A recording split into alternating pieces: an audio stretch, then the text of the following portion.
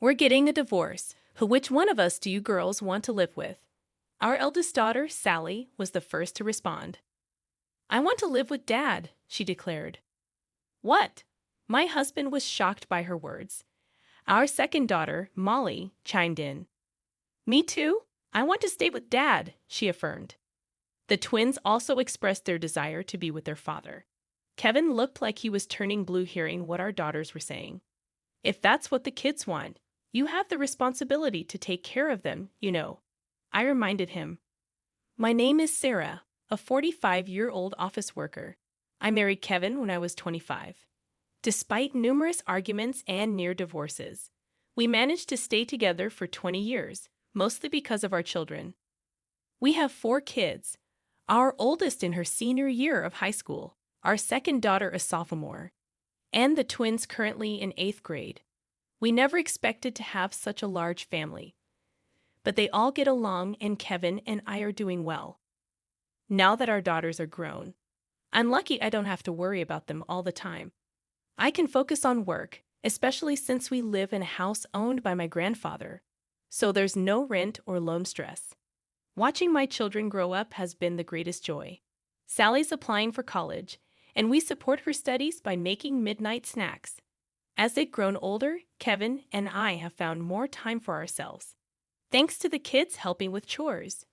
Kevin's job change has made a significant difference.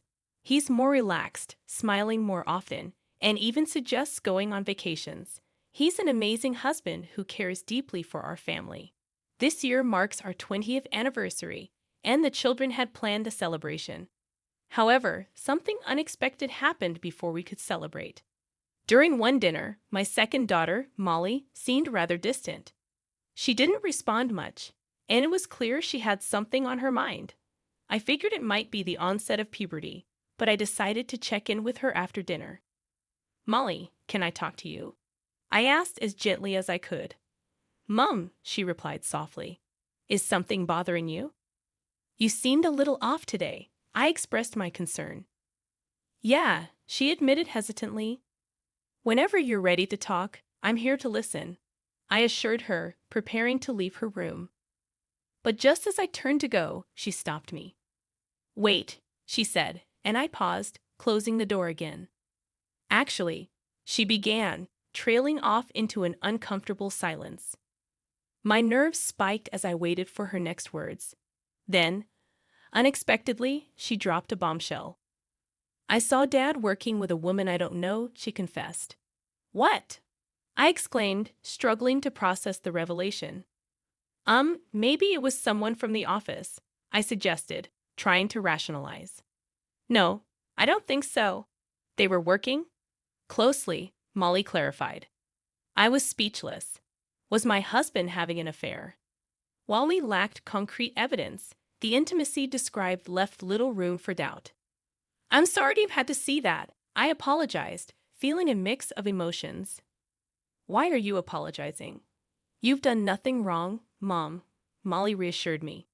But you must have hated sitting at the table with Dad and eating dinner with them. I realized, feeling a pang of guilt. Well, yeah, she admitted.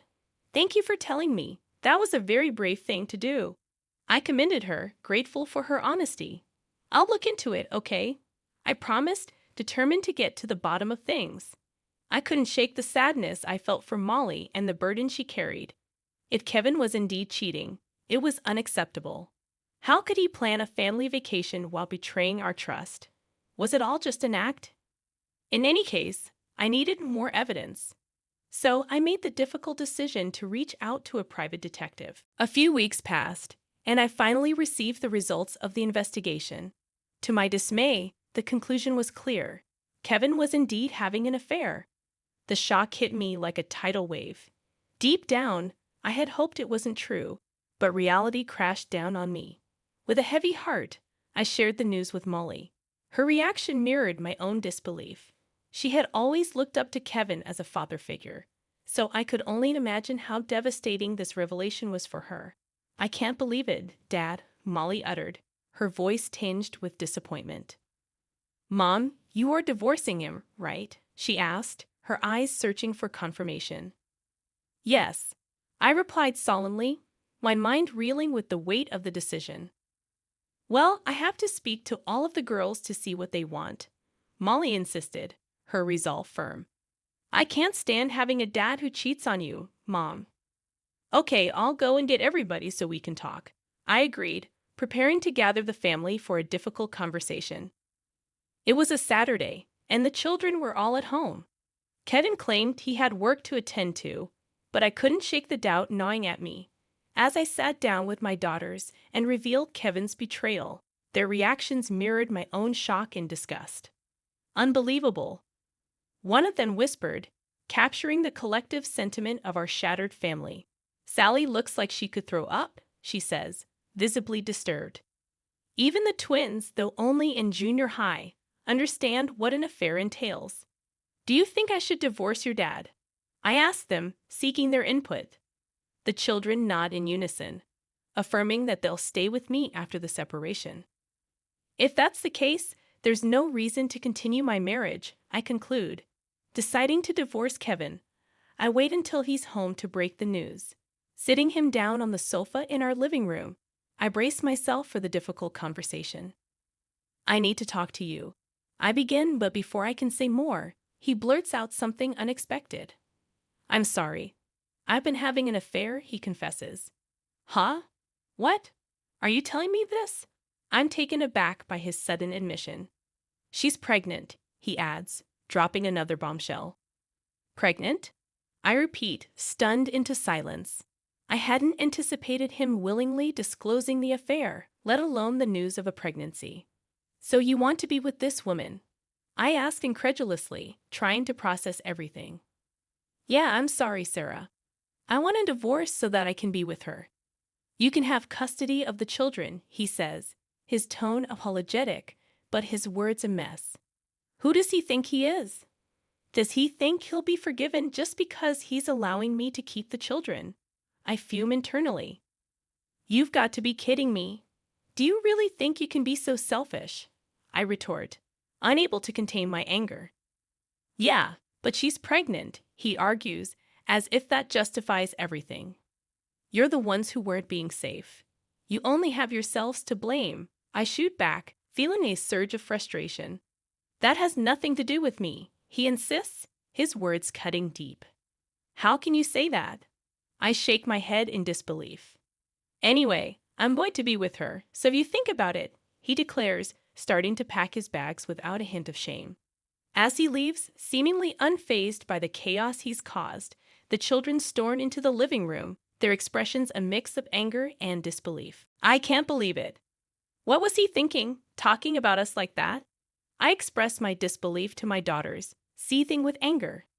I hate him, one of my daughters declares, echoing the sentiment shared by all of them. They are absolutely furious at their father's selfish actions. As they had overheard my intention to divorce Kevin, they were listening when he made his selfish claims.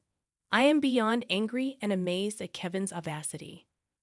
The children start discussing something amongst themselves, and then they make a suggestion to me. Initially surprised, I decide to trust my children and go along with their plan. 1 week later, Kevin is back temporarily. Are you ready to get divorced now? My girlfriend's pregnant, so I want to marry her as soon as possible, Kevin states plainly. I can only let out a sigh, frustrated by his selfishness. Okay, let's get a divorce, I agree tersely. Great, thanks, he responds, handing me the divorce papers. As I glance at them, I bring up the issue of custody. About custody. I'm going to let the girls decide, I continue. Huh? Kevin appears slightly nervous. Well, they've already made up their minds. They want to be with you anyway, I inform him. They wouldn't want to be with a father who had an affair and got that girl pregnant, would they? Oh, so you do understand that? Kevin acknowledges, his tone defensive. Okay, let's get them to come here, I suggest, calling the girls to the living room. We're discussing this now, I announce as they gather around. Well, they already know. They know you had an affair, and they know you got her pregnant, I declare, leaving no room for ambiguity. Kevin looks awkwardly around the room, clearly apprehensive about the children's response. When they enter, I pose the question to them. So, we're getting a divorce, but which one of us do you girls want to live with? I inquire, hoping for some clarity. Our eldest daughter, Sally, is the first to speak up. I want to live with Dad, she announces confidently. What? Kevin is visibly shocked by her words. Our second daughter, Molly, echoes her sentiments. Me too. I want to stay with Dad, she asserts. The twins also express their desire to be with their father. Kevin looks like he's about to faint, but he manages to stammer out a question. Wait a second. Why do you all want to come with me? Why do you care? He asks, bewildered. The children don't give a clear answer, but they insistently declare that they want to stay with him. If that's what the kids want, you have the responsibility to take care of them, you know. I remind him, resigned to the situation. Reluctantly, Kevin agrees to take care of our 4 daughters. Since I own the house we've been living in, he has to move out. When he tells his new wife, Jennifer, about the children, she's furious, but they manage to sort things out and start living in an apartment. After our divorce, both Kevin and Jennifer compensate me for child support. Since Kevin has a stable income, I don't need to pay anything. The children stay with me on weekends but live in the new apartment during the week. It's been about 2 months since then, and it seems they're adjusting to their new arrangement. However, Kevin and Jennifer's patience seems to wear thin, and they storm into my house one day, visibly upset. Were the girls always like that? They're so selfish, we can't stand it anymore. Kevin exclaims, frustration evident in his voice.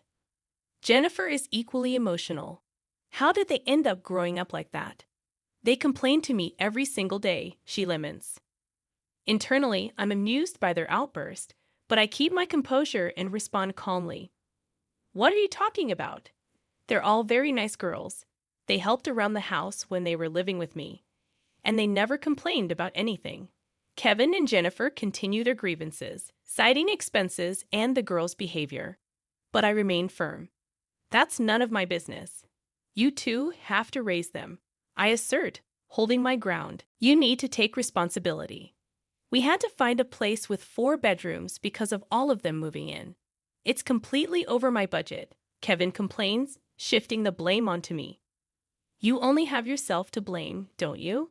And besides, Sally and Molly share a room, and so do the twins. You two are in one room, and then you have a room for the baby, right? The girls wanted a room each, but they're happy to share, so you should be grateful. I counter, frustrated by his lack of accountability. That's not what I'm saying. Whatever, you're the one who had an affair in the first place, and I really can't believe you would have a relationship with a 20-year-old girl. She's only 2 years older than Sally. Unbelievable. You're the one who betrayed me, so you have no right to say anything to me. Please, can you leave now?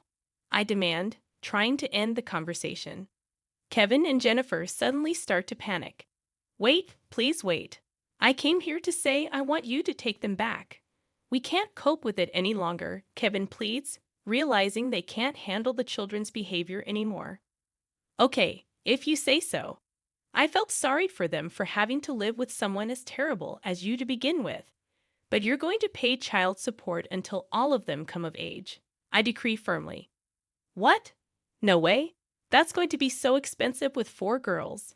Well, they can live with you then, Kevin concedes reluctantly. Okay, I reply, unyielding in my decision.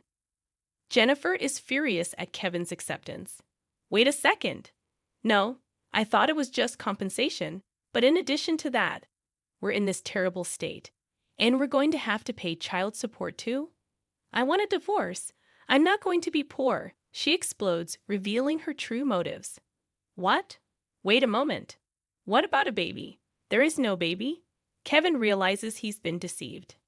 I thought if I said I was pregnant, you would get divorced, and I could marry you, and then I would be able to live a wealthy life. Instead, we're heading towards a life of debt. This is unbelievable. Goodbye. I'm never seeing you again. Jennifer storms out, leaving Kevin frozen with shock. I urge him to leave, threatening to call the police if he doesn't comply. He panics and runs out of the house. Later, I go through official procedures to reclaim custody of my children and request child support from Kevin. He pays compensation as well as expensive rent, making it tight for him financially. But I am determined to make him pay, and I will never forgive him for his betrayal. His monthly payment becomes a great burden, leaving him struggling to get by. The girls are glad to hear that he's suffering, vowing to make me happy. It's going to be a rough road as a single mother, but I know I can make it through with my wonderful girls. I'll work hard to protect them and ensure they can do what they want to do. It's disgusting to think Kevin had an affair with a girl around the age of his daughter.